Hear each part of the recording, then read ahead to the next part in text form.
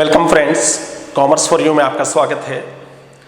आज की macro economics की इस क्लास में हम money and supply of money chapter में फॉर्म्स ऑफ मनी, मुद्रा के रूप, इस टॉपिक के बारे में डिस्कस करेंगे। तो आइए हम चलते हैं फॉर्म्स ऑफ मनी, मुद्रा के रूप। मुद्रा का कोई भी रूप हो सकता है। वास्तव में मुद्रा से ज़्यादा महत्वपूर्ण मुद्रा के द्वारा किए जाने वाले कार्य है, क्योंकि मनी की एक डेफिनेशन है, money is what money does. मुद्रा वही है जो मुद्रा करती है। तो मुद्रा से ज़्यादा महत्वपूर्ण उसके कार्य हैं। फिर भी हम मुद्रा के कुछ रूपों की यहाँ पे डिस्कशन करेंगे इस क्लास में। तो फर्स्ट पार्ट हम लेते हैं फॉर्म्स ऑफ मनी में fiat money and fiduciary money. Fiat means सरकार का ऑर्डर, गवर्नमेंट की अथॉरिटी से, गवर्नमेंट की बैकिंग से। फिएट मनी वह मुद्रा होती है जो सरकार के आदेश से चलती है। जिस फिएट का मतलब होता है ऑर्डर ऑफ द गवर्नमेंट। तो क्या होता है फिएट का मतलब? Order of the government. तो जो मुद्रा सरकार के ऑर्डर से चलती है, गवर्नमेंट के ऑर्डर से चलती है, बस उसको हम फिएट मनी बोलते हैं। आज आप वर्तमान में जितने भी करेंसी नोट्स या कॉइन्स यूज करते हैं, वो सब गवर्नमेंट की अथॉरिटी से, गवर्नमेंट के ऑर्डर से चलते हैं। तो ये सब आपकी फिएट मनी ही कहलाएंगे। तो फिएट मनी का मतलब है बाय द अथॉरिटी और ऑर्डर ऑफ गवर्नमेंट जो करेंसी चलती है, उसको हम बोलते हैं फिएट मनी। तो डेफिनेशन भी यही है, fiat money refers to that money which is issued by order और अथॉरिटी ऑफ द गवर्नमेंट। तो ऑर्डर और अथॉरिटी ये इंपॉर्टेंट वर्ड्स हैं, की वर्ड्स हैं आपकी डेफिनेशन के, इनको आप अंडरलाइन कर सकते हो। For example, all notes and coins which are people legally bound to accept as a medium of exchange. जो गवर्नमेंट की अथॉरिटी से नोट्स एंड कॉइन्स आप देखते हो जो चलते हैं, इनको as a medium of exchange कोई भी लेने से मना नहीं कर सकता। अगर कोई फिएट मनी को एक्सेप्ट नहीं करता as a medium of exchange, तो फिर उसके अगेंस्ट लीगल एक्शन हो सकता है। तो ये लीगल मनी भी कहलाती है एक प्रकार से। फिएट मनी का मतलब ही लीगल मनी है, जो कि सरकार के ऑर्डर से, अथॉरिटी से चलती है। लेकिन इसके साथ ही एक दूसरा पार्ट भी है, फिड्यूशियरी मनी, विश्वास आश्रित मुद्रा। नाम से ही स्पष्ट है, यानी कि यह मुद्रा तभी चल पाएगी जब लेने वाले यानी कि पेई और देने वाले यानी कि पेयर दोनों के बीच में आपस में विश्वास का संबंध हो।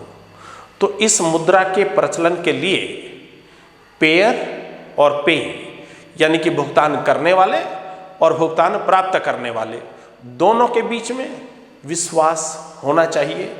एक दूसरे में यदि विश्वास का अभाव है, म्यूचुअल ट्रस्ट नहीं है, तो फिर यह मुद्रा लेन देन संभव नहीं करा सकती।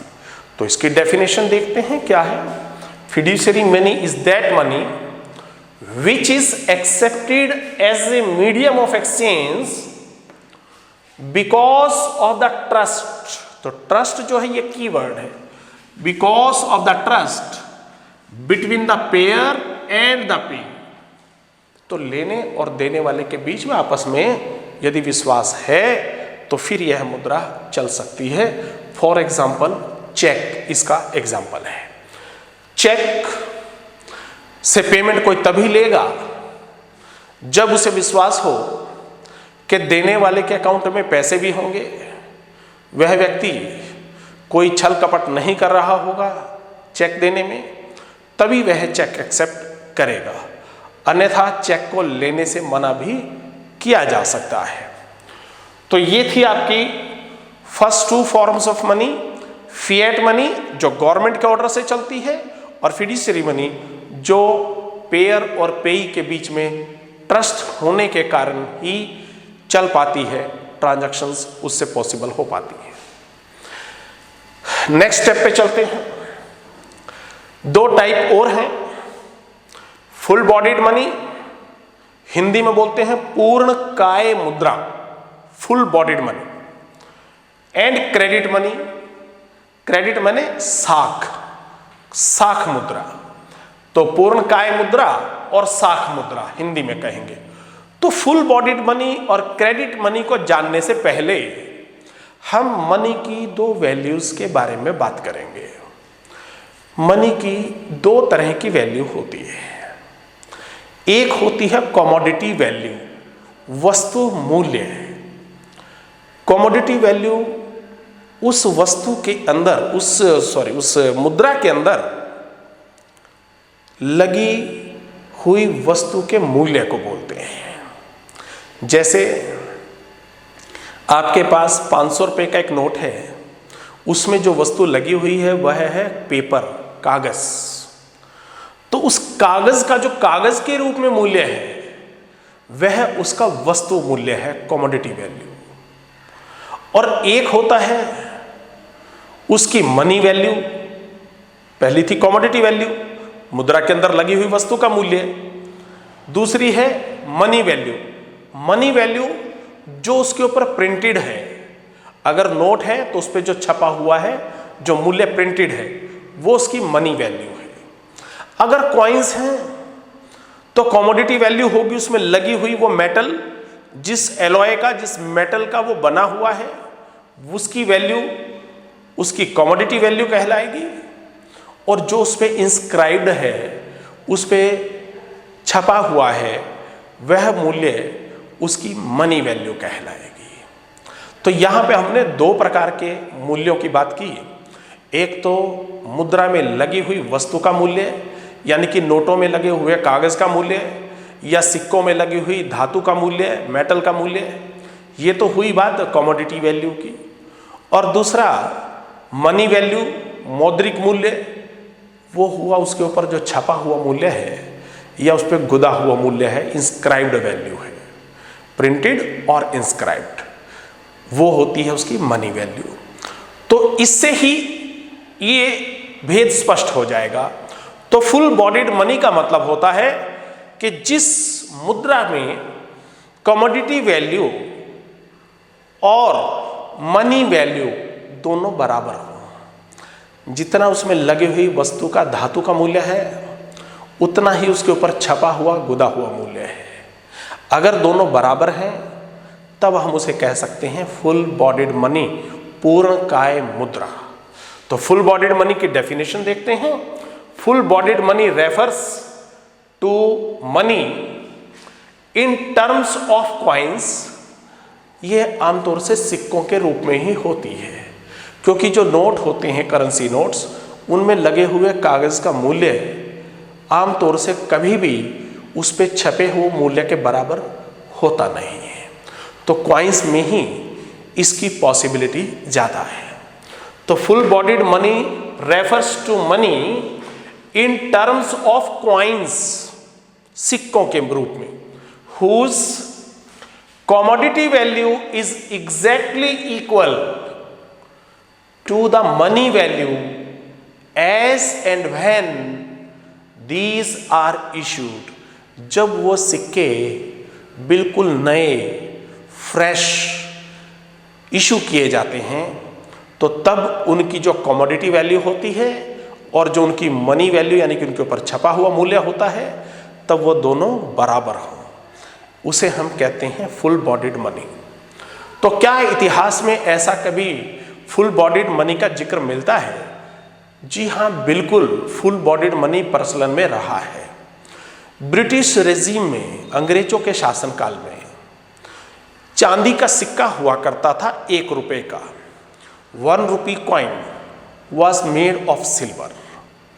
उसमें लगी हुई चांदी का मूल्य सिल्वर की वैल्यू यानी कि उसकी कमोडिटी वैल्यू एग्जैक्टली उतनी ही होती थी जितनी उसके ऊपर छपी हुई वैल्यू होती थी। यानी कि जब वह सिक्का नया इशू किया जाता था, यदि आप उस सिक्के की शेप को चेंज कर कर उसे छेद के पीट के उसको ढाल के किसी भी तरीके से उसको उसकी जो है शेप चेंज करके अगर आप उसे कमोडिटी के रूप में यानी कि सिल्वर के रूप में अगर आप मार्केट में उसे यूज़ करना चाहें तो भी उसकी वैल्यू एग्जैक्टली उतनी ही होती थी जितनी उसके ऊपर इंस्क्राइब्ड वैल्यू होती थी, छपी हुई वैल्यू होती थी। तो ये होती थी हमारी फुल बॉडीड मनी। तो full bodied money whose commodity value is exactly equal to the money value as and when these are issued.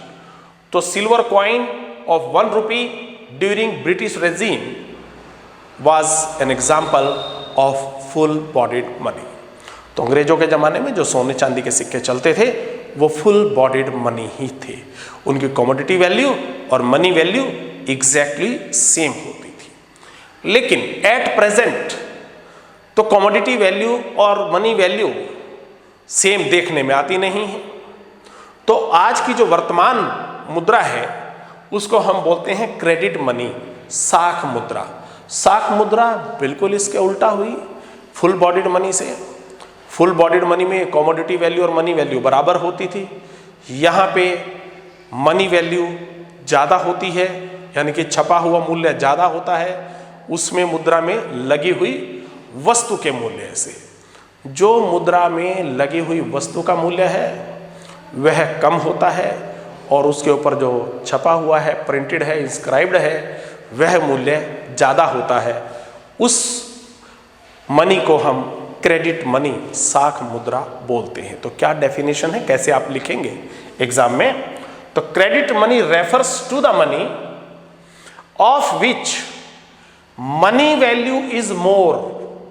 Money value is more, जिस पे छपा हुआ मूल्य ज्यादा होता है, money value is more than commodity value, उसकी वस्तु मूल्य से, उसमें लगी हुई धातु या उसके कागज के मूल्य से उसके ऊपर छपा हुआ मूल्य ज्यादा होता है।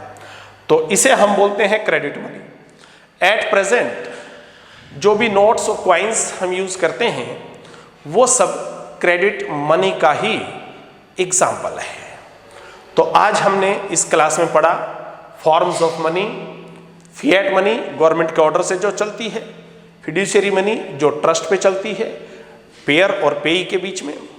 उसके बाद हमने सेकंड पार्ट में पढ़ा फुल बॉडीड मनी जिसमें कमोडिटी वैल्यू और मनी वैल्यू दोनों बराबर होते हैं, और क्रेडिट मनी जिसमें मनी वैल्यू ज़्यादा होती है उसकी कमोडिटी वैल्यू से। तो ये था आज का हमारा टॉपिक फॉर्म्स ऑफ मनी। देखने के लिए धन्यवाद। बने रहें चैनल के साथ, सब्सक्राइब करते रहें।